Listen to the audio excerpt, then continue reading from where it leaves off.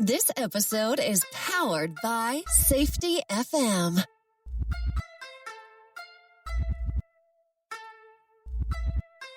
This podcast is being sponsored by safetyconsultantblueprint.com. In this episode, we talk to Nathan Braymen, who you may know as Redbeard Safety. We talk about recordability for OSHA injuries and illnesses. We also talk about business of being a consultant part-time while you're still working at your full-time company, and many other things. Hi, everybody. Todd Conklin. I know lots of you get your information while you drive down the road or sit on planes or sit in meetings and look interested. And now you should know that 3 of my books are available for your listening pleasure on Audible. With the help of Jay Allen and Safety FM, we've produced 3 of the books: Workplace Fatalities, The 5 Principles of Human Performance, and my very first book, Simple Revolutionary Acts, and they're available now where you get audiobooks. Okay, yeah, my name is Nathan Braymen. I am also known as Redbeard on LinkedIn. I figured that was a little bit more memorable, a little stickier. You know, people, Absolutely. No one's going to remember Nathan Braymen, right? But people will remember Redbeard. So, And you ain't kidding. It is a long, beautiful red beard. And I'm like, whoa, fire. Yeah, I actually refer to it now as a mane, not even a beard anymore. You know, it's almost like I don't have a beard. The beard has me. You know? There you go. You know, right he's there. wearing me Sure. at this point.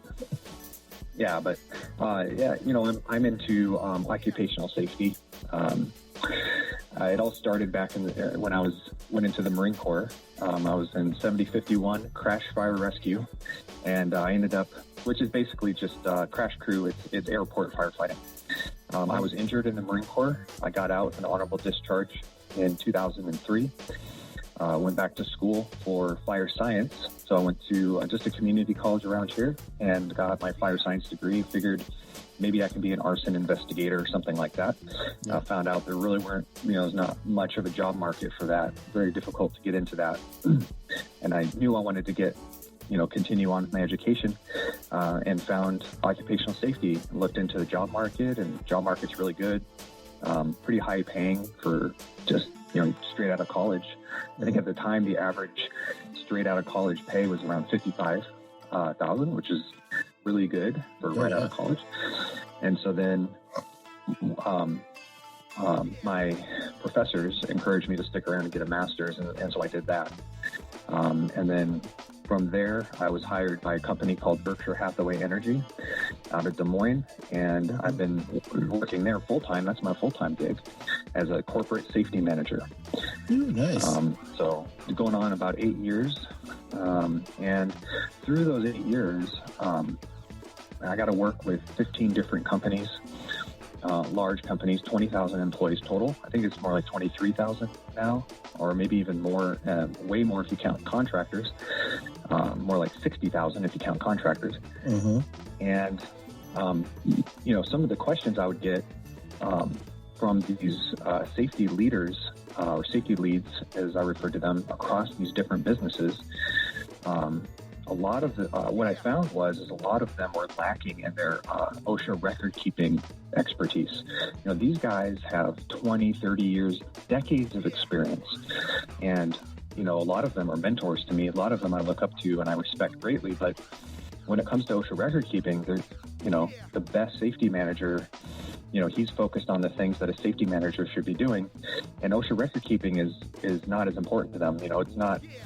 It's just there's a hole in the expertise there. So I would literally be getting calls from these guys saying, "Hey Nate, is this recordable? Is it recordable? This happened. Is it recordable?" And I started realizing that there's this big hole in the market, especially in safety, and a lot of misconceptions. And so that's what led to isitrecordable.com. Yeah. That's kind of awesome. my story in a nutshell there. Yeah, well, it's funny when I hear people say, "Oh, well, Sheldon's an expert at OSHA recordability in 1904," and I'm like, All right. First and foremost, even OSHA, they have to go back and go through, 1904 and really kind of pick it apart when you hear something. Because I've done several of these presentations before, and I get the questions, and some of them I'm just like, all right, let's step back and let's look at this logically. Oh yeah. And then I've got to figure it out that way. And then some of them I'm just like, I'm done. Let me call Kevin. Kevin's my business partner. Yeah. And he's ex-OSHA. Yeah. Well, hey, we have an ex-OSHA guy here, and he's one of the worst at record keeping. Yeah. So, just because you're from OSHA doesn't mean you know everything about it. So. Yeah, and it's absolutely the truth. I truly see that, because even with Kevin, he retired. He was retired as the assistant area director at Tampa OSHA office in 27 years, I think he did, with OSHA. Wow. And then his last position was assistant area director. So me and him have a business culture. He's pretty high up. Yeah. So together we partnered for our business. So when we get the record keeping questions, and I love record keeping, tell you the truth, that's why I was drawn to your site. Once I started going through some of your posts and reading the posts that you have on our LinkedIn group. So just for people listening, linkedin.com, and you want to type in OSHA Compliance Help, and that's the group. And the reason I named it OSHA Compliance Help was that's the name of my company, but also everyone will know OSHA Compliance Help. So, yeah, definitely. How you find us. So what's your most tricky record keeping question, just before we get into the consulting part and the other stuff? Yeah. See if I can make my brain on this one. Okay. It's not the knitting one. The knitting one drives me nuts. All right, buckle up. All right. All right, so we had an employee who was an office employee driving into work, parked in a parking garage, and then proceeded to fall down the stairwell in the parking garage. And so I get this call. Is it recordable? All right. Yes. Do you just want me to kind of walk through my experience with this one? Yeah. Or do you... Please do. No, go ahead. All right. So it may not be, but offhand, I'm saying yes. But go ahead. Okay. Right. Well, usually yes is the safest answer, right? It's always when in doubt, just record it, kind of thing. It actually boils down to that. Isn't that the truth? It is, yeah. And I have to be the bearer of bad news most of the time, But that's the great thing, though, is understanding these record keeping guidelines is that you can help people avoid recording when it's not necessary. But okay, so she falls down the stairs. I get the call. Nathan, is it recordable? Right. I'm like, well, it's your employee, and the commute is an accepted activity, so we have to determine when the commute ends. Well, according to the guidelines, the commute ends when you step foot on the work establishment or the work environment. So now the question is, well, she did get out of her vehicle, so now the question is has she stepped foot into the work environment? To determine whether or not the parking ramp is the work environment, the question was, is it our ramp or is it a third-party ramp? Okay. And I thought it was going to be easy, because if it's a third-party ramp, then it's not recordable because she hadn't ended her commute yet. If it is ours, then it is recordable because she did end her commute. So the answer I got back was, well, it's jointly owned between with our company and another company. Right, so now it's getting more complicated. Okay, so it's not the parking garage, and it's only this one person's parking garage for their company. It's actually shared amongst different employers. Exactly. Oh, exactly. Okay. Jointly owned and maintained with another company. So I was scouring the letters of interpretation, and actually found the answer is it depends on the contract of the maintenance contract for that parking garage. So if she fell down a staircase that we are responsible for maintaining, then that is considered the work establishment, and her commute had ended. But if it's the other stairwell that the third party maintains, then it would not have been considered recordable. And in this case, it turned out she fell down our staircase, and so it ended up becoming recordable. Yeah. I have another good one. For you. Let's do it. All right. So, all right. So this is going to be more. I'm gonna just give you this challenge and see if you want to take this on. All right. So we have do Jeopardy music here. Yeah, we should. Do you have a soundboard or something? I wish. That'd be great. That'd be awesome. Yeah. All right. So employee in the middle of the day, driving from one work site to another on a reasonably direct route of travel from one work site to another, stops in at a Casey's General Store, which is just a gas station, right? Mm-hmm. Goes in to get a coffee, doesn't even fill up the car. It's a company-owned vehicle. It doesn't even fill up the car with gas or anything, just goes in to get coffee in this gas station. And an out-of-control third-party vehicle comes smashing through the wall like the Kool-Aid Man. Wow. And doesn't get off the gas and just plows through all of the, rows of candy, all the aisles, plows through all of that. Our employee standing in line to pay for his coffee gets run over with both axle. Both wheels go over his body. Breaks multiple bones, clearly severe enough, right, of an injury. Ends up hospitalized and, pretty severe. Would that be recordable? Not because if they were getting gas, then generally that would be considered one of the jobs or tasks that you always do with, company vehicles or anything else.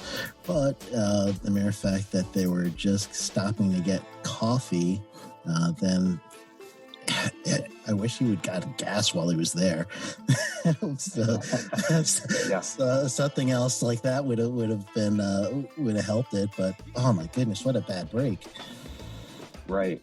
It was pretty bad, and he survived. But yeah, we ended up recording it. Wow. Much to the dismay of our operational leaders. So my boss at the time, he's the vice president of safety for the company, and he comes to me and he's like, "Nate, is it recordable, right?" and I said, "Look, he was on a reasonably direct route of travel. It's not like, he stopped off at some store to do some personal errand. OSHA views coffee breaks as part of a normal workday. They even view lunch. Lunch is not an accepted behavior or activity. That's part of a normal workday. People typically stop to get coffee, and that's not an accepted behavior. And so, my advice was to record it. And the operational vice president, because the way this company is set up, there's a lot of goals, KPIs, incentives that are tied to having fewer incidents. Yeah. Which is not the right way to do it. Don't do it that way. Reportable injury rates, their experience modification rates, all that stuff gets exactly. Right, exactly. And so, it's not good because there's this built-in conflict of interest where the people making the determinations on whether or not it's recordable have the incentive to not record it. It's just not a good system at all. Yeah. But that's the way it is. So there's a lot of pushback from this operational vice president saying, "I'm not going to count this." He doesn't want that negative mark on his report card, basically.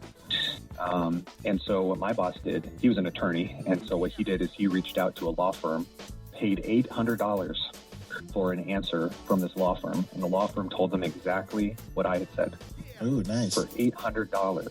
Yeah. So you did record it, and it counts as recordable because you're looking at the the stop as a lunch break. So for me, that was telling me that this worker is pretty much doesn't report back to the office much, except for maybe pick up things here or there. Is that correct, or is there something else with this person's responsibility? Well, they would have an office, but they're basically spending time on work sites out and about. Okay. Yep. Recordable. Yeah, exactly. I mean, that's part of his job is to be out and about. And isn't it so tricky with the recordability thing? How all of a sudden I could change my mind just with a little extra information? Exactly. Well, it's OSHA. If you look at it this way, here's one kind of easy trick.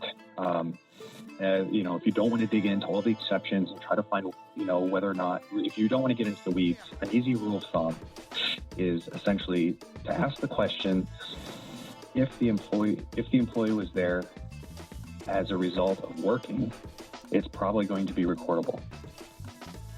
right? Because he would not have stopped there if he hadn't been employed by our company. Yeah, he would not be condition driving that vehicle. Exactly. Yeah, exactly. He's there as a condition of his employment. That doesn't mean that if you don't show up, you'll be fired. It means, are you there? Would you have been somewhere else if you hadn't been employed here?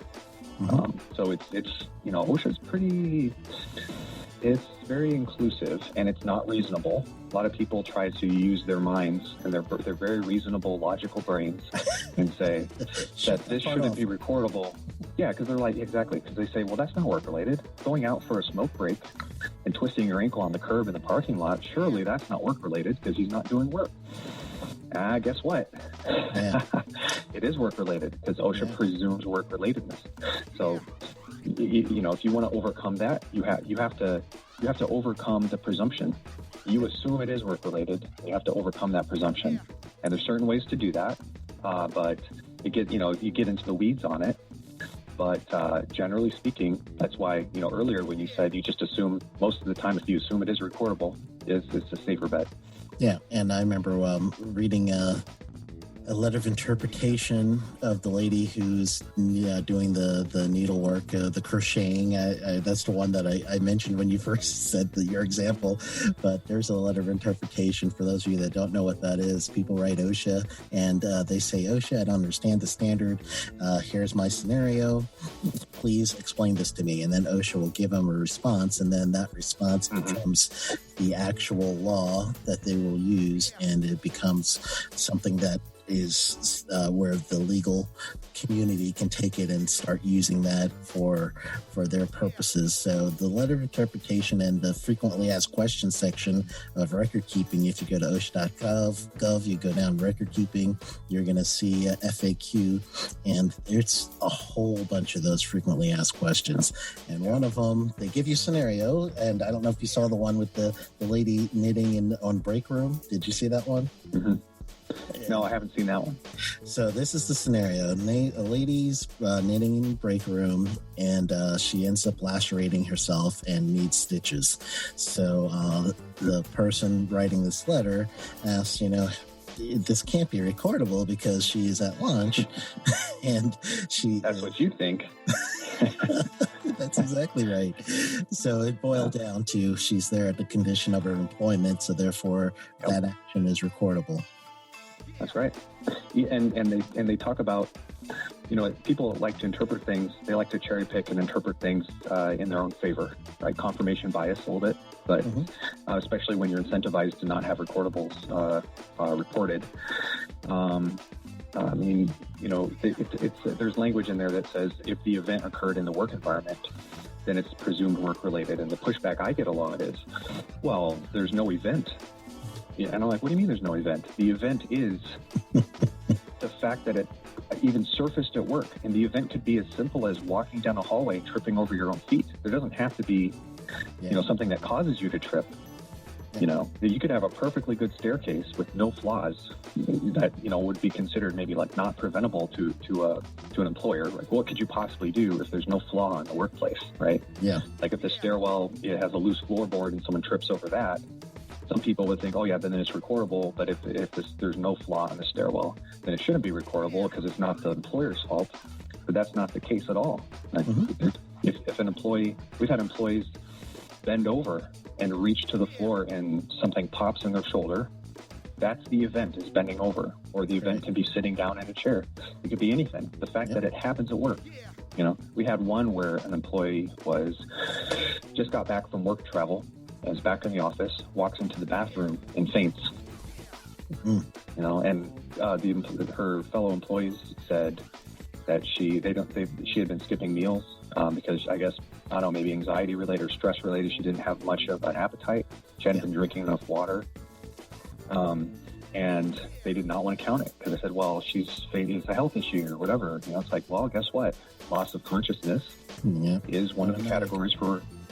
Yeah, and it happened in the bathroom at work. And you can't. It's really hard to get away from that. So yeah, I had one, and I'm still an active consultant I do consulting and training, but I had a client once that had an issue, and let's see if you do this my way. I'm sorry, I'm getting free advice from you, but I already gave them an answer. I don't mind. So this is what I did. They actually had a worker who had something got stuck in their eye. They go to their doctor. Doctor gives them some stuff, and they well, that's its own problem, right? So the doctor gives them some stuff, and then they come back to work. They're working for a little while, but it just never is right, and it's even worsening. So now that the person ends up losing an eye, it becomes amputated, basically. Wow, that escalated quickly. It escalated real quickly, and they find out about it roughly about 35 days later. And that's the key too. The employer finds out about it about 35 days later. My client, I tell him, it's a good thing to give OSHA a little notice on this, and let's let OSHA know that there was an amputation of the eye. This is after the rule change, where you have to let OSHA know if there's an amputation or a loss of eye. Within 24 hours. So it was after the rule change, and I implored them, just go ahead and let OSHA know, let them know, and they never did it. So wow, did I do right? Yeah, you're absolutely right. I mean, what did the doctor give them? My first question is, what did the doctor give the employee? Do you know? I don't know. I really don't know what was on the care side, but I do know I said, you guys are treading with, let's make sure nobody knows about this later on. And except for everybody listening now. No. Everybody. Yeah. Well, by the way, no. Yeah, I mean, the first thing is when they go into the doctor, just being evaluated is not recordable, right? Mm-hmm. So if the doctor just looked at the eye and then maybe washed it out with some water, that's just first aid, right? You don't have to record it. But if the doctor, used any sort of tool to remove anything from the eye, tweezers, that would be recordable. Exactly. Second, they use tweezers. Exactly. Then it's recordable because that's considered medical treatment beyond first aid. And then if they received any antibiotics, which is probably, I would imagine, especially with the way that doctors treat people, generally they tend to be in an overabundance of caution. They will prescribe antibiotics. And that would trigger recordability because that would be a script. And then of course with the loss of the eye, you're supposed to be reporting that to OSHA immediately. So the reason why that they're really there's a little leeway, and the reason if you look at 1904, everything in OSHA standards are broken into subparts. Work your way down to D or E. And this is for the audience because, of course, Nathan knows this, but you work your way, I believe it's like D or E, and there's a little wording in there. No, it's not. I think it's actually E or F. I can't remember my subpart on 1904, but there's some wording in there that has a 30-day cutoff period for recording. And they were looking at that and they were focusing on that and saying, well, it's past 30 days when we got notified, so therefore we don't need to let them know. And that wasn't the case. They didn't get caught. But that one kind of gave me a little pause because I looked at it over and over and I'm thinking, there's a gray here, but I'd rather not operate in gray. When in doubt, just do the right thing, or when in doubt, expose yourself in the way of let OSHA know, not the other expose yourself. You don't want to ever do that. Well, I mean, it's easier not to report in that situation. I totally get it. But what happens when OSHA shows up and they want to see your workers' comp claims, and that loss of an eye is in there, and they go back and compare it to their records, and there's no report? What happens then? Well, now you're looking at up to $13,250 or whatever it is per violation. So it's not worth it. It will be. It definitely at that point it will become. I think it was roughly about 4 years ago, there's Ashley's Furniture who had a similar event that didn't record. an amputation, and it was the max at that time, which was 7,000. So they got nailed with that. So you don't want to go down that route. Yeah. So tell me a little bit about. Go ahead, finish your thought, and then I'll do my next question. Oh, no, go ahead. Yeah, my next question was, okay, from something perked in you that says, all right, I'm being asked the same type questions over and over again about recordability. I think I have something here from that point to the point where you've got videos, you've got a logo, you've got the whistle guy that when your logo shows up, the whistle, and I'm like, hey, what's going on here? I keep looking every time you get me. I'm looking around for that whistle. Yeah, it gets your attention, huh? Yeah. So how did you get to that point? And I believe you must have hooked up with Jamie somewhere, because I saw that you're on the Safepedia. Exactly, Safepedia. Yes, that whistle was Jamie's idea. He's a brilliant guy. I love Jamie. He's awesome.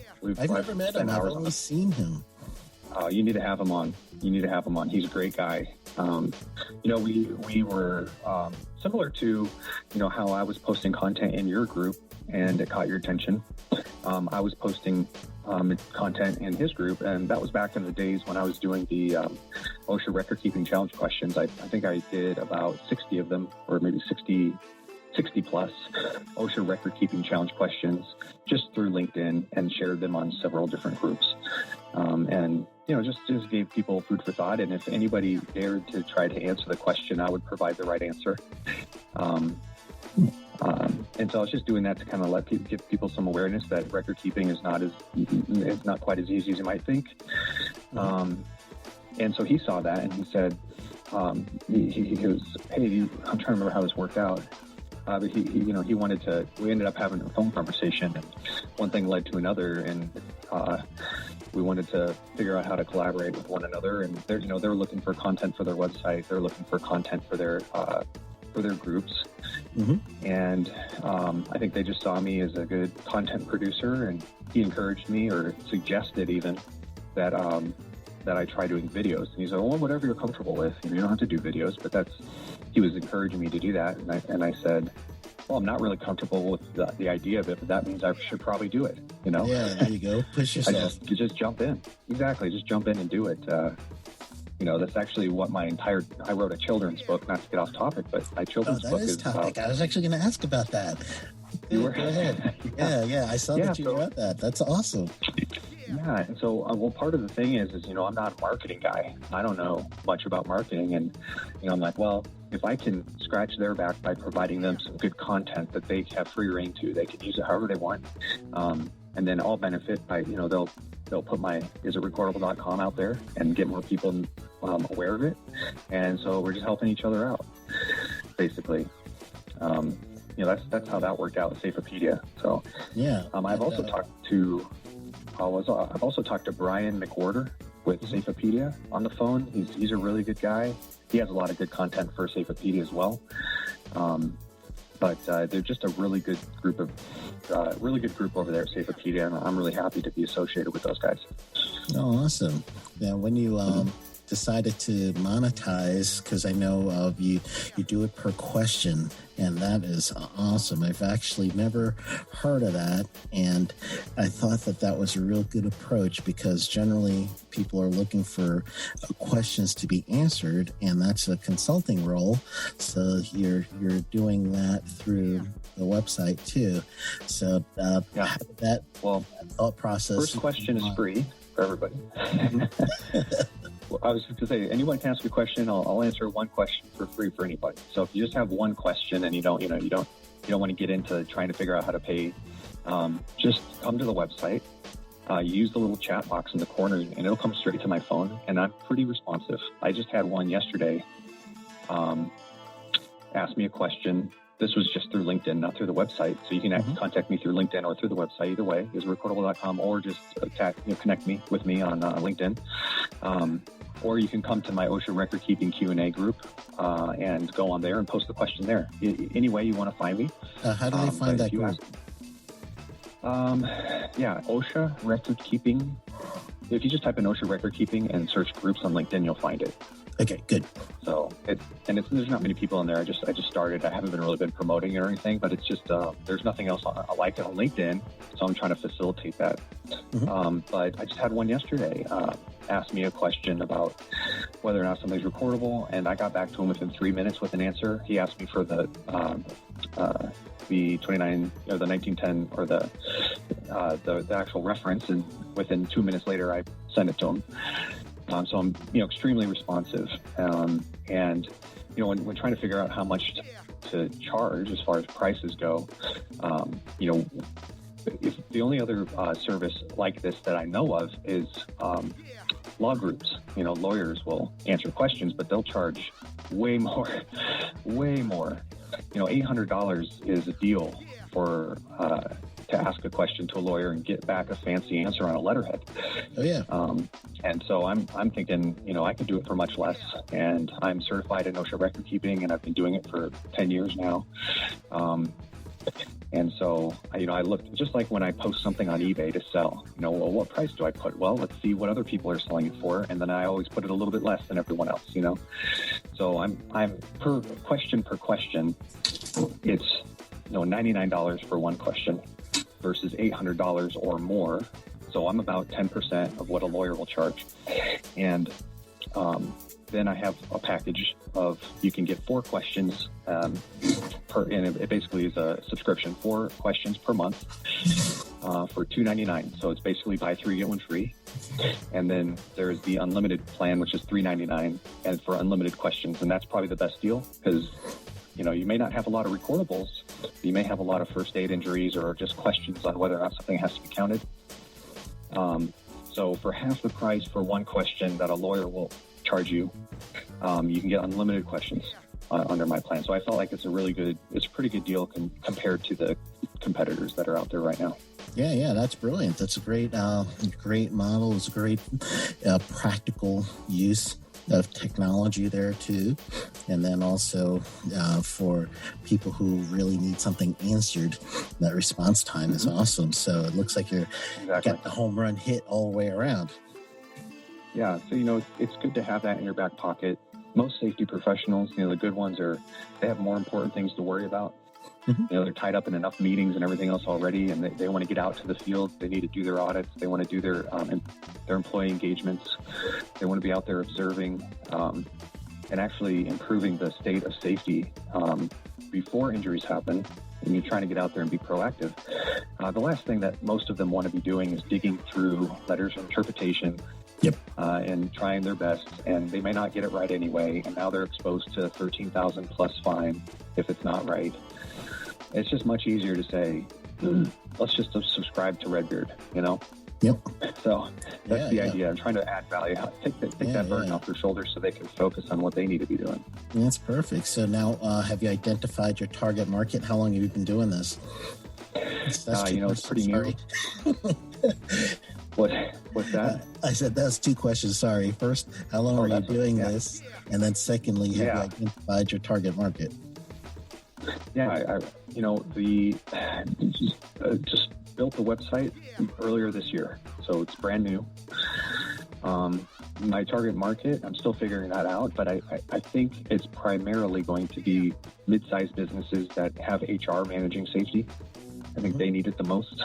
Those are, I get the most questions from a company that it's a massive company.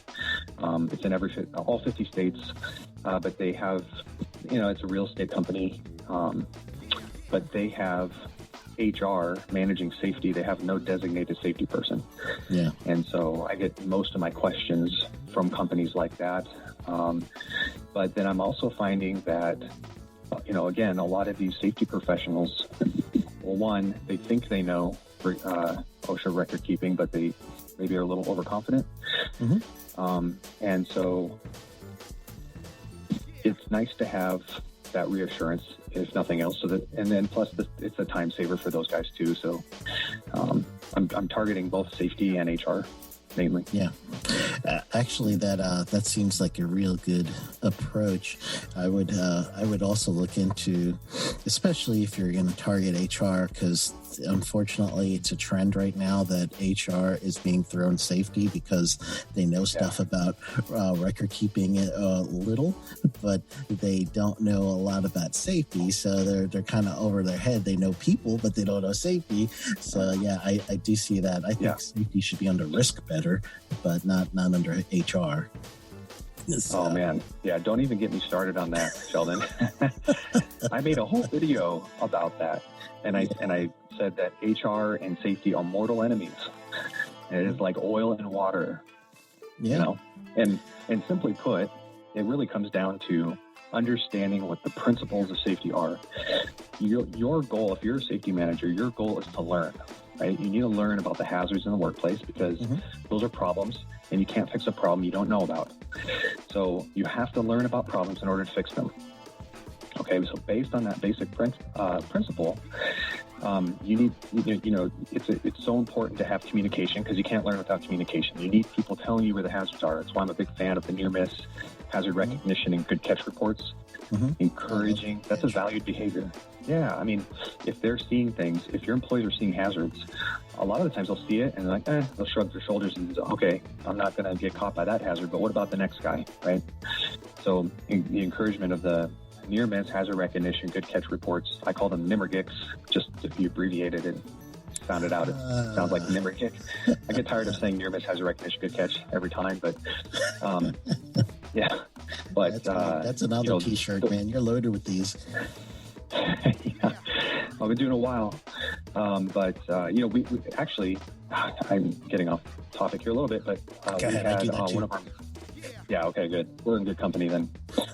We had a mining group, coal miners, about surface and underground mining, and one of the injuries they had was a bolt sticking out of the wall of the mine. To prevent cave-ins, they'll bolt in cages overhead where they're working. So if rocks fall down, it'll be caught by hopefully caught by those cages. But when they try to remove the bolts, because they'll take the cages down when they're done working in the area and move them down to where they are working. When those bolts are removed, sometimes they'll just shear off, and you'll end up with this jagged piece of metal sticking out of the wall. So at this site, we had this jagged piece of metal sticking out of the wall, employees just ducking under it or avoiding it. And they did that successfully for, a number of months. And then it caught somebody right underneath their eye, and they almost lost their eye. So another eye loss almost. That's a big deal, and their incident rates were something like over a 4, right? And that's significant. Now, is that their total recordable injury rates, or is that their experience modification? Because it's a TRIR. Okay. That's a big difference. Total recordable injury. All right. It's still high. Well, it depends on their industry, really. It's pretty high. But yeah. I mean, it's mining. And mining is a higher hazard industry, but I mean, they went from a 4, which stands, it means 4 out of every 100 employees are getting seriously injured, is what that means. And so then I worked with the mining manager. We put in what we call leading indicators, something which is the NIMRGICs, the near-miss hazard recognition good catch reporting program. They implemented that there 4 years later. They're under a 1.0 incident rate. So now instead of just ducking under that jagged piece of metal, they are now identifying it, stopping to identify it, and then removing it. So, you can't fix a problem that you don't know about. We need to learn about these things, and we should be trying to identify and eliminate barriers to communication, right? And so what is the biggest barrier to communication? It's fear. And who creates the most fear in the workplace, if not for HR? Yeah. HR is associated with discipline and punishment. So if you put safety under HR, you are creating a barrier to communication, which is antithetical to safety. And a lot of people don't see it. They don't think it's true. They don't see it that way, but it's true. And I see it happen. And it's a constant struggle to separate fear from safety. And there's a safety director I was talking to, and when we first started talking about implementing these good catch near miss hazard recognition, originally we weren't going to. Yeah, no. Well, we weren't going to take the near misses with it because, a near miss means something already happened. It's more reactionary. Correct. But we want a lagging indicator for most part, but you can eventually, if you map hot zones or something like that, you can make a near miss a leading indicator. Yeah, and full circle back and prevent them in the future. Yeah.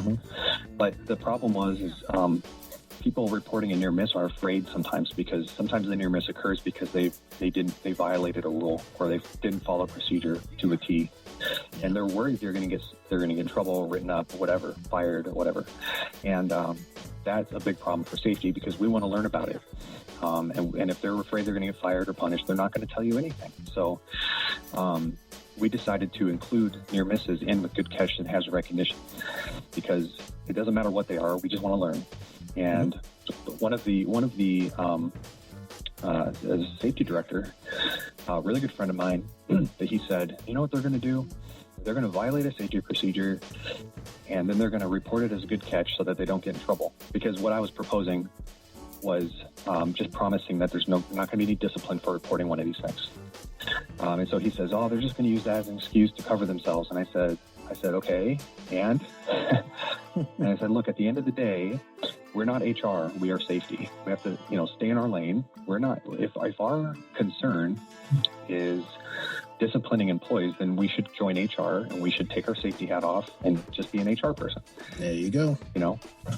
What is your priority? Learning and preventing injuries or disciplining people? Yeah. So, yeah. Yeah, that drives me nuts. That was my soapbox about it. Hey, I am on that soapbox with you. I think roughly about 2-3 weeks ago, I teach a certified occupational safety specialist course. It's a designation for safety specialists, and then I also teach one that's a certificate for occupational safety manager. Those are courses I didn't do. I'm just a contract employee for Alliance Safety Council in Baton Rouge, Louisiana. But in class, I was telling people, a lot of them, they are thrown into safety and they're in HR. And I say, sorry to tell you guys this, but just because of your position, you're actually going to have to work harder for people's trust because you are HR. You are that actual person that someone goes to or the demon underneath the bed when people said, well, I'm going to tell HR. I'm going to take you to HR. Yeah. Absolutely. Yeah. So for the listeners' point of view, as a lot of my listeners are either thinking about starting their own thing, full-time, part-time, what do you suggest if someone is thinking, I can do something else to fulfill me personally, or I want to start leaning towards full-time for myself? What's your suggestions? Yeah. Okay, so I'm going to caveat everything I'm about to say with I'm not an expert in this. So I am just as much like I'm not a marketing expert or anything like that, but I will happy to share, what I've learned. And so, this is my position. I'm full-time working and I'm trying to do this on the side. So, and eventually I want to do it full-time. Right? So that's the path that I'm on. Those are my goals. You don't have time is precious to you. So you have a lot of demand on your time because you're working full time and you probably have family at home. And, I have a 6-year-old son, and I always set time aside for him. So I have to do this in the fridges of my day, usually. And so there are ways to, that means you have to outsource some things, right? But you don't want to spend too much money, obviously. So you have to do it on a budget. So I use Wix.com for my website. You're the second person that told me about Wix recently. That is safety and health. Awesome. Go ahead. Yeah, I mean, it's so easy. They have templates. You can use a template and modify it. And then I also recommend an app called Fiverr, Fiverr. If you get that, there's all kinds. It's like a gig kind of website. There's a bunch of artists on there. If you want to make a logo, you can pay someone $50 and then you'll get your logo. Just make sure you get all the source files and everything with it. Pay a little more for it, but it's worth it. You can have all your logos made and you can get Wix to have your website done up for relatively low cost. And then also, I recommend a book called Invisible Influence. If you don't want to read it, I can give you the main benefit I got out of that was understanding the psychology on how to persuade and have influence on people, right? How understanding the way the mind works. And the primary benefit I got from that invisible influence was understanding that people are attracted to what they're familiar with. That's why I go by Redbeard on LinkedIn and not my, I go by my name too, but yeah. Redbeard is so sticky, it sticks in your mind. So you get much more impact. So they see the Redbeard thing. It's a big red beard on a white background on the thumbnail, on YouTube. And so it's really a lot of contrast there. It really stands out. Everyone remembers Redbeard. In fact, I mentioned Brian McWhorter with Safepedia. He contacted me the other day all excited because some random person in a cheese factory in Wisconsin started telling him about how he's been following some guy named Redbeard on LinkedIn. Oh, that's awesome. And he's like, hey, and he's like, I know that guy, And so he didn't say I'm following Nathan Braymen on LinkedIn. He said I'm following Redbeard. So getting that visual, use visuals, find a way to make it so it sticks in the head, of whoever sees it. Redbeard is very sticky. It's easy to remember. The Invisible Influence book had a really good example of a study that was done where they took, they basically just put something in front of other people many times without them even realizing it, which in this case, it was a classroom, and they would have somebody walk down to the front of the classroom and sit down. They weren't even a student, but they had some people come in and sit down every single day. Some people came in and sat down only a couple of days, and some people none of the days. And the ones that went in the most, they had them all rate these people at the very end, and people were more attracted to the ones they'd seen more often without even realizing they saw them. And so, this actually is a good lesson for safety. Part of effective safety is marketing. You can't just say it one time and expect everyone to get it. Right. You have can't to say try it to one way saturate. and expect everybody to get it either. Right. Exactly. So you have to say things many times over and over and over and over. So you want to say it to everybody. You want it to saturate. So you have frequency and you want to saturate, but then you also want something that's actionable. But if you use those three things, you're going to have a much better impact on people. And, since I've started implementing the Redbeard thing, my views of my profile and my views of my videos have been steadily climbing over time. So I'm finding some success with this approach. Now, I'm no expert, but these are the things that I'm trying to do to try to get things rolling, Yeah, that's great. And how do you capitalize when people get to your website? Do you pixel them? Do you have them do an email where we subscribe for our newsletter or something like that? I don't have a newsletter or anything like that, but what I do is if somebody wants to submit a question, they have to put on all their information, just contact information, email, and name, and that sort of thing. And then what I do is just something simple. I just use Excel. If I get the submission of their information, I'll log it as a customer, and then make sure, I'm tracking who's got a free question. And if they do subscribe, then I'll track it in that Excel spreadsheet, so I can keep track of who's used what questions and how many they have left and that sort of thing. Okay. It's nothing sophisticated. It's very simple. It's just a simple contact form. And again, somebody could contact me through LinkedIn, and I can still track that customer and those answers that way with just the name, without even an email address. So yeah. And I'm not a huge stickler on the free question. Like there's one person who reached out to me and asked me all kinds of questions, not just record keeping, but what certifications they recommend, and if they have this kind of program, what should they do? And I don't mind just helping people out in general. If you have safety questions, or you just want some advice, or you just want to talk to me, I'm open to that. So. Yeah. Hey, I got a suggestion for you. Sure. Do you have something you could put together, a digital kind of top 10 most outrageous OSHA record keeping questions, or something that someone could download? Sure. Yeah, I could do that. Yeah, if you do that, then that could be something that you could get somebody to basically, here's my thread, so follow my marketing thoughts. So if I was, let's say, floating through Facebook, and then I see a little Fiverr kind of design that says, top 10 outrageous OSHA record keeping questions answered, or have you heard of these outrageous OSHA record keeping or recordable events? And everyone's like, well, what? So they click there, they give you go to your website, they can access this through an email and their name. So first name, email, it goes to you. So from that point, you can start. They get the download for free, but then after that, you do an autoresponder. I don't know if you have these yet, but those autoresponders, for those listening, is basically, it's a series of communications that you pre-write, and it will come out into a system. I use ConvertKit. That's the one I use. I love this one. I've tried other ones. I tried MailChimp, and MailChimp doesn't have the same robust thing.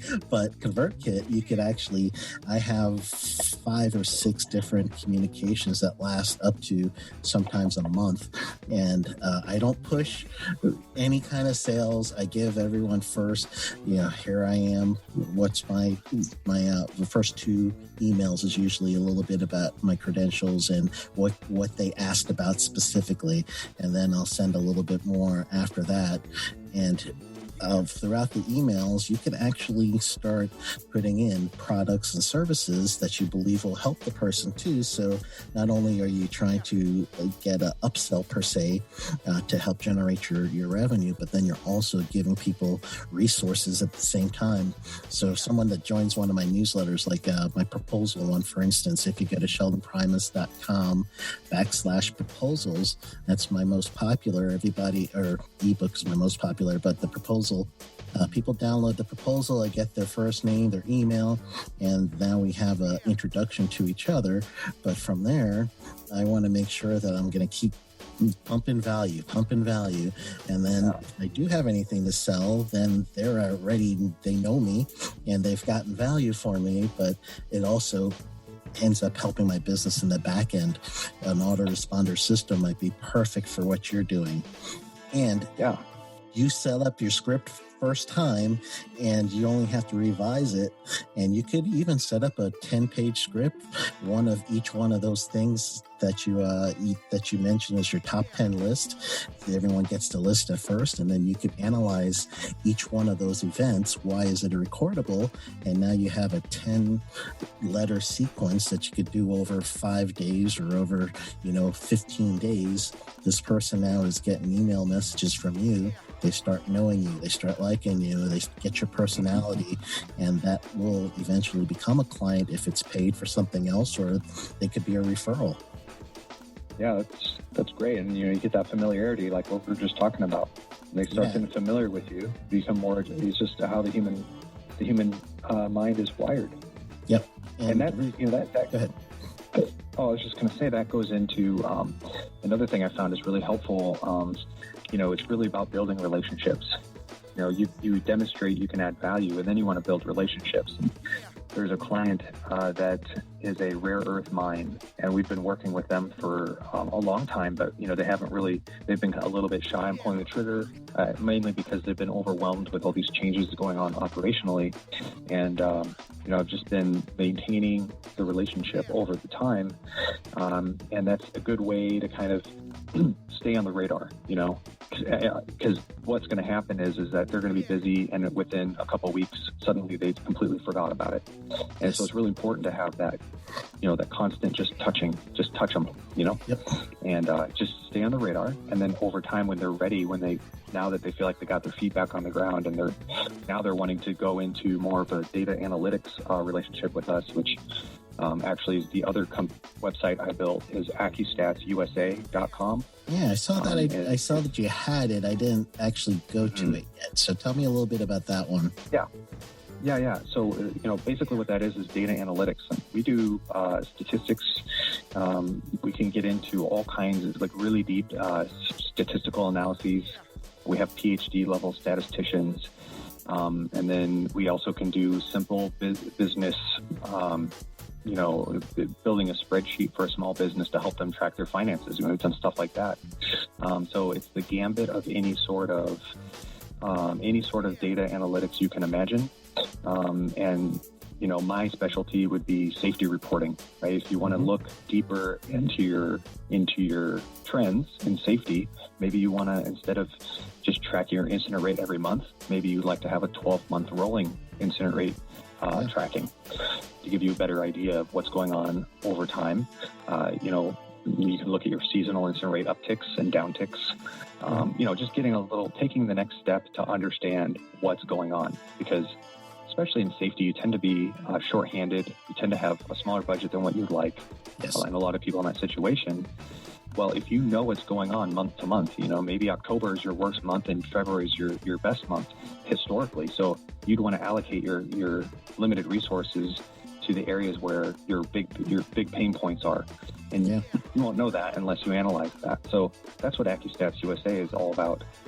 Excellent. We're looking at, they're looking at taking rare earth oxides, looking at, based on the different factors, heat, barometric pressure, all kinds of stuff. They're trying to find how can they optimize that process. So that has nothing to do with safety for that one. We're also looking at another, we were talking to Tyson Foods. They just implemented this big program where they're collecting data for their chicken farms.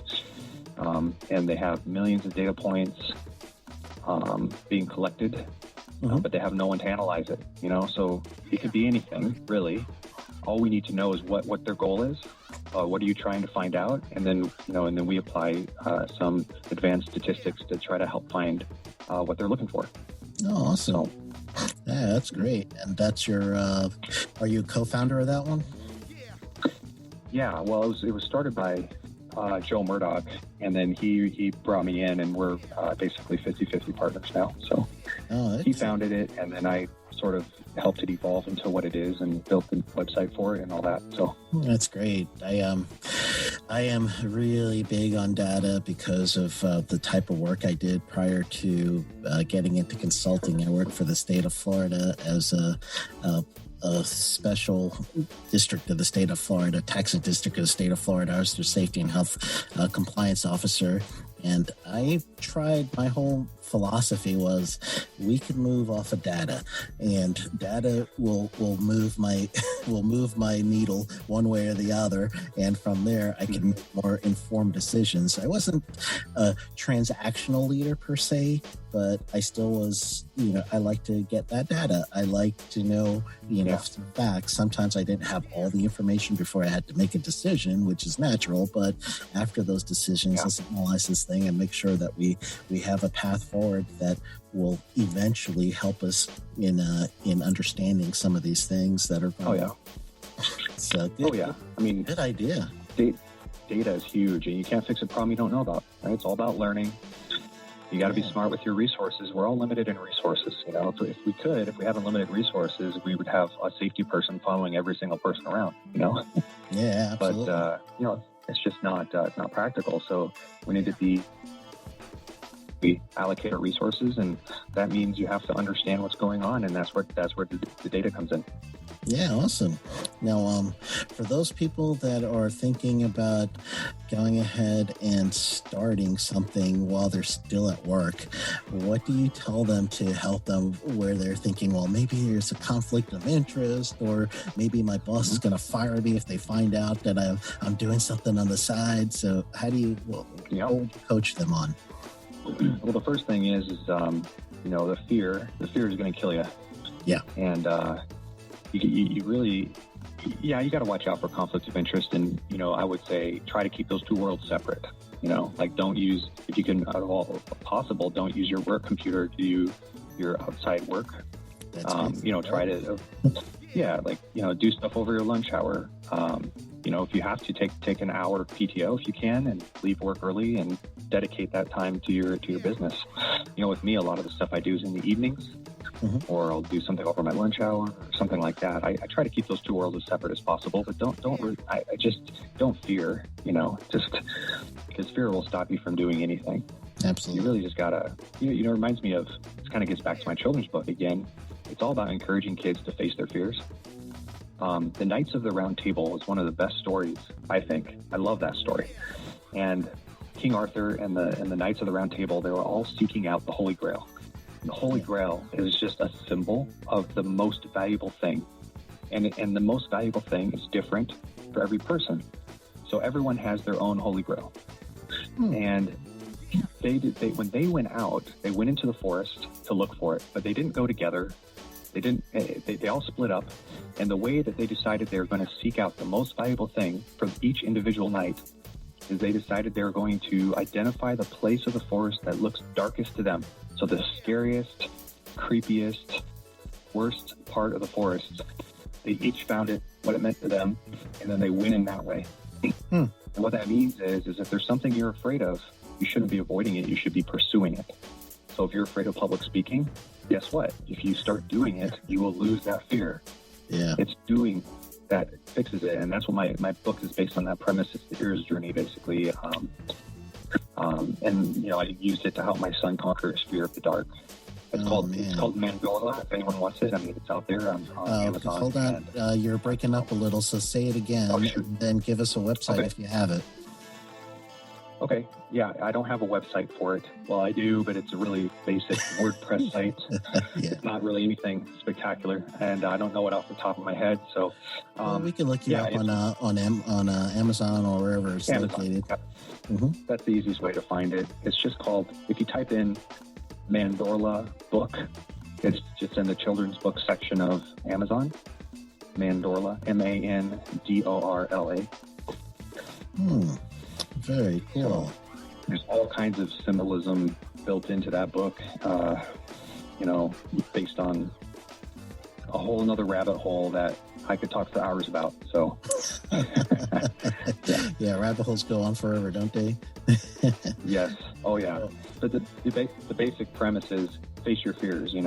If there's something that scares you, that is a sign that you should pursue it. So. Yeah, well, so if you're scared of going on a podcast, if you're scared of talking to Sheldon, just do it, or anything like that, just do it, and you'll realize, it wasn't so bad, it wasn't so bad, and you conquer your fears and you grow as a person. And he's not bad. He's kind of geeky, but he's not bad. Yeah, yeah. I mean, one of my favorite characters in SpongeBob, which is Plankton. Yeah, Sheldon. His name is Sheldon. Yeah. So I'm like, I already like you even before I got to talk to you. Come on, think of all the Sheldons out there. Oh, there's not many. Not many. Cooper, Plankton, and then the other guy from Sigmund and the Sea Monsters, if you're old enough to remember that. No, I only know the one Sheldon. You're 50% of my Sheldons. So. Oh, that's awesome. The other one is tiny and green and made of plankton. So, that's great. That might be another T-shirt right there. I am 50% of the Sheldons you know. Yeah, and I mainly know that because I have a 6-year-old. So. Yes. Yeah, kids are great. So, your master plan, I guess, you're mentioning that you do want to eventually go out on your own or do this full time, I should say. So, in that, what is your why, or what are your whys for that? Well, man, there's so many. Mainly, one of the big things I found, especially working in a very large corporation, is there'll be some days where I feel really great at the end of the day. And there'll be some days where I feel really kind of lousy. And what I found was the days that I'm feeling really great are the days I'm adding value, the days that I'm accomplishing things, the days where I'm helping move the needle in the right direction. And the days I feel really lousy are the days where I can't get anything done, or the days where I feel like we're going backwards or we're not moving forward. And when you're in a big corporation, it's very difficult to move the ship. It's like the Titanic. It doesn't turn on a dime. It's very slow. There's a lot of frustrating experiences involved in that. And I just want to have more opportunities to add value. Like yesterday, when somebody contacted me through LinkedIn, 3 minutes later, they had their answer. I don't know what's going on his end. He's probably facing someone who doesn't want to record something, and he didn't have the time to look it up, and was just hoping I could bail him out. And I was able to bail him out within 3 minutes. I mean, can't beat that, and that made me feel good. I didn't even get paid for it. It's not about that. What makes me feel good is helping people and adding value. So that's my goal, is I want to be able to add as much value as possible. And then also, my priority is my family, my son. He's not my number one priority. And being able to spend more time with him, maybe even homeschool him if I could, even if it's just part-time, have more time for the things that matter most to me. So those are my whys. Oh, awesome. And the reason I always ask for whys is when times get dark, when things gets hard, you always have to focus in on why are you doing what you're doing, and that becomes that bullseye that you keep going towards at the end. Yeah, that's a great point. Yeah, because truly one of the biggest problems that I find when people give up with their safety consulting business is, sure, if you want to step back and go back into the world of, working for someone else, you got to do it. Family comes first. Don't feel beat up about that. Go ahead and work for someone, get that experience, learn from that. When you go back out again, then, know that I'm doing this temporarily because I am going to go back and do my business. But for some other people, they truly, they want to do something. They go out there, they're going to take that chance. And I love that they take that chance. But as soon as something hard happens, you're like, oh, I knew this thing wasn't going to work. I'm out. Yeah. So and that's interesting. Yeah. And everyone's journey is going to be different. I think, we have some stuff, like in my case, we have some stuff that's happening. And I don't know, it could grow fast or it could grow very slow, steady over time. I would like it to just explode tomorrow and I can just do that full time. Okay. But if it's a very slow thing, that's okay too. And eventually you have to determine when the right time is to, just commit to it full time. I really like the idea of having a full-time job to start because you get that experience. I mean, I've had a wonderful, working for such a high-profile company. I've got to travel all over the world. I have, all of these, there's 15 different sub-companies with each of the safety leads I've gotten to work with, vice presidents, guys who are close to retirement that have all this knowledge and wisdom. I've gotten to absorb through osmosis in some cases, and I've learned from these guys. And plus, getting to see 15 different businesses, I get to see what works where and what doesn't work in other places. And, and just the diversity of experiences that I've had in my career have been invaluable. I've even gotten to write part of Warren Buffett's shareholders report. Very small piece, but yeah, and I got to, there's every time there's a new challenge here, it's exciting because it's an opportunity, like cast away the fear, because it's almost like fear and opportunity are almost indiscernible, Mm-hmm. A lot of times, so that's why if you fear something, it's probably an opportunity for you. And so don't be fearful, just do it, like you said. And the experience is only going to help you, So that's an okay path to take. There's no wrong way to do it, Excellent. Hey, Nathan, plug away. What do you got? Anything and everything. Let me know. Let us know. What do you got? We want to follow you. Yeah.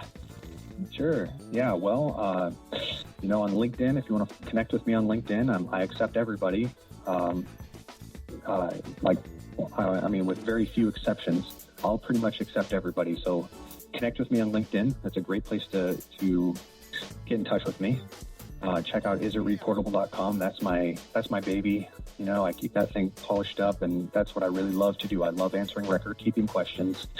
I feel like I have the most to offer in that way. So isitreportable.com. That's my golden goose right there. I love what I do there. AccuStats USA. If you need any sort of help with data analytics, data processing, anything data related. It being in a Fortune 100 company, reporting up to executives, there's no room for error, right? So it's like the worst thing in the world if we have one thing wrong. And so we have been forged, both me and my partner with AccuStat, he's a coworker here, and we've been forged in the fires of this better not have any errors, Yes. And so we have all kinds of tools that we put into place to ensure that the data that we handle is treated with so that the accuracy and the quality is very, very high. We do all kinds of peer checking, independent verification, self-checking, circle slash. Everything. We've come up with a good set of tools to ensure that we're handling data in the proper way so that it's very accurate. And we're also very quick. And, we're good at producing charts that are beneficial to, people will show to Warren Buffett. Warren Buffett's seen all kinds of my work. He's asked questions about my work. I fielded questions for him. And he's always been impressed with what I've done, at least so I'm told. Because it's always through our chief operating guys, Yeah. But, we've been through this experience, and if it's good enough for Warren, it's probably going to be good enough for you guys. So, AccuStats USA, it's a great opportunity. We charge much less than any sort of most other data consultants. So we're a good value because you're getting Fortune 100 quality at much less than any of the big 5 data analytics statistical companies will charge. So it's a good value. And then, if anyone wants to pick up my children's book, you can send it to me. I'll sign it for you. Just reach out to me. Let me know. Mandorla on Amazon. So Excellent. That's all Excellent. I got. All right. Well, thank you so much for being a guest, and I really appreciate you helping me out with the LinkedIn group also. So I do think that this could be a start of something good. Now that I know when I'm stumped who to call on record keeping, because I still get stumped quite often. So I am not, there's no shame in my game. Yeah, and it's not easy, and I don't have everything baked into my skull either, and if you have to go look it up, you have to go look it up. But it helps. It definitely helps to have an understanding of kind of how OSHA approaches things to help with the interpretation. So, anytime you have a question, Sheldon, my door is open. Just send me a note. I'll help you out. Good. Woohoo! You guys heard it. You're my proof. So on record. Have a wonderful rest of your day, man. Thank you. Yeah, you too, Sheldon. Thanks for your time and thanks for having me on here. I really appreciate it.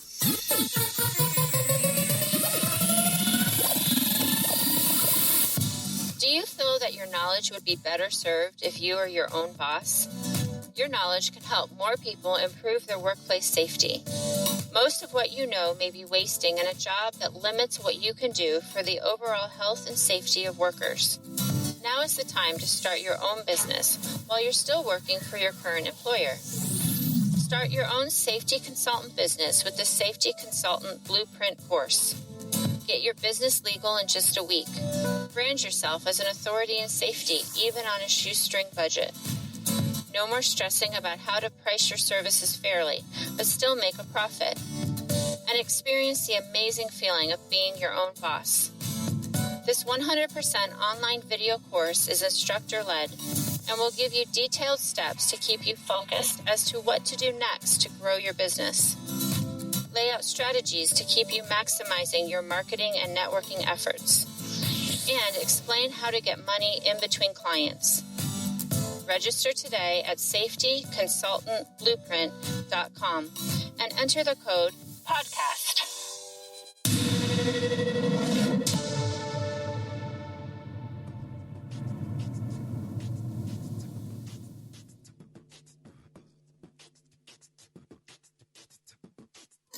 Welcome back. I'd like to thank you for listening to the Safety Consultant Podcast with me, your host, Sheldon Primus. And before we get into the tip of the week, I just want to ask a favor. Can you help a brother out? You know what you could do to help a brother out?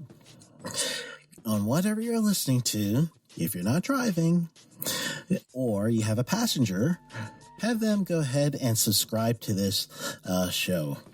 If you are actually at home or wherever your office listening to this, subscribe, rate, and please, if you can, it would be awesome to help me out by commenting and letting me know what you think so that I can adjust the show.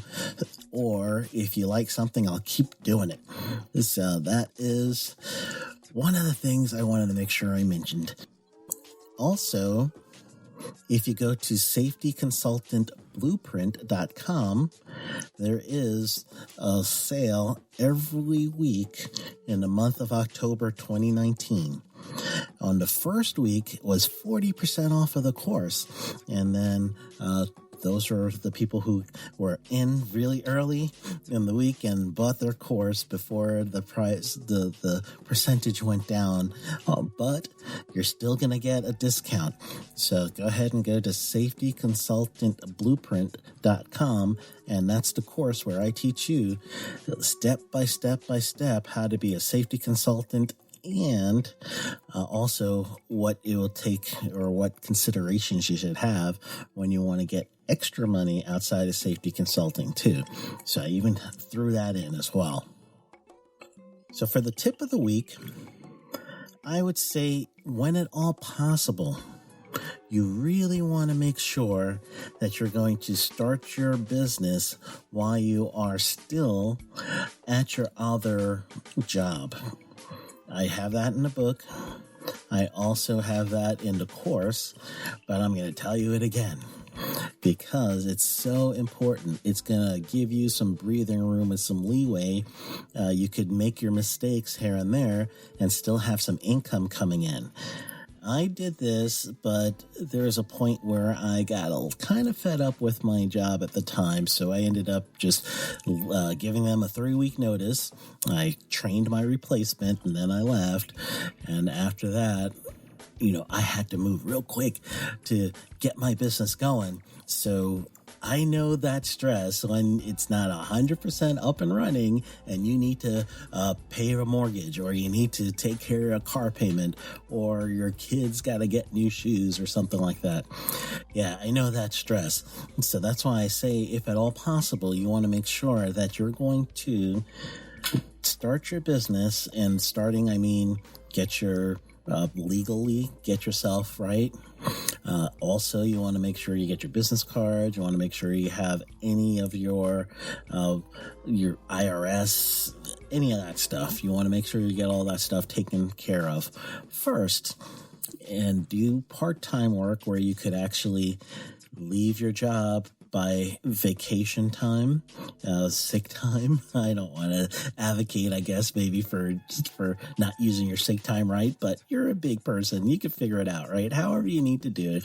Get yourself some time and do that a little bit at a time to grow your business, to build your clientele.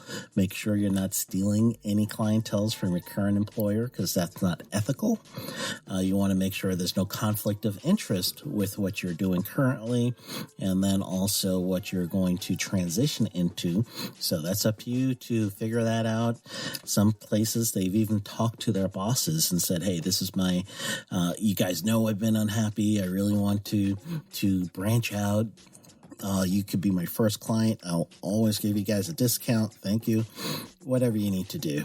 You can't do that with every boss, but there might be some that are good with that. So the idea is, when at all possible, go ahead and start your business right now. You could start it as soon as this podcast is open. Go on your state or your country, however you start a business, and go ahead and start looking at that process. And that is starting your business right there. You're opening your minds as to how am I going to do it, and then do it. Next business day, go ahead and do it. Or the next time you get paid, go ahead and do it. Get yourself whatever license it is to get your business officially legal. And then after that, then we can work out the rest, right? get the Safety Consultant Blueprint course because it'll take you through that whole step, especially if you're U.S. based. I talk you through everything step by step, and I stop at the end of the lesson. I give you homework. You do your homework. You come back to the next lesson. It's all on demand, so I'm not watching you do that, but that's the idea. That was my intent when I made that course. All right, so go ahead and do that. Thank you for listening this week, and I look forward to seeing and hearing and anything else that we could do to interact throughout this week. Go get them, and I'll see you next Monday.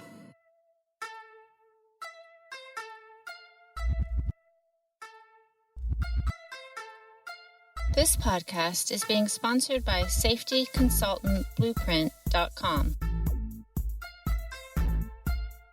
This episode has been powered by Safety FM.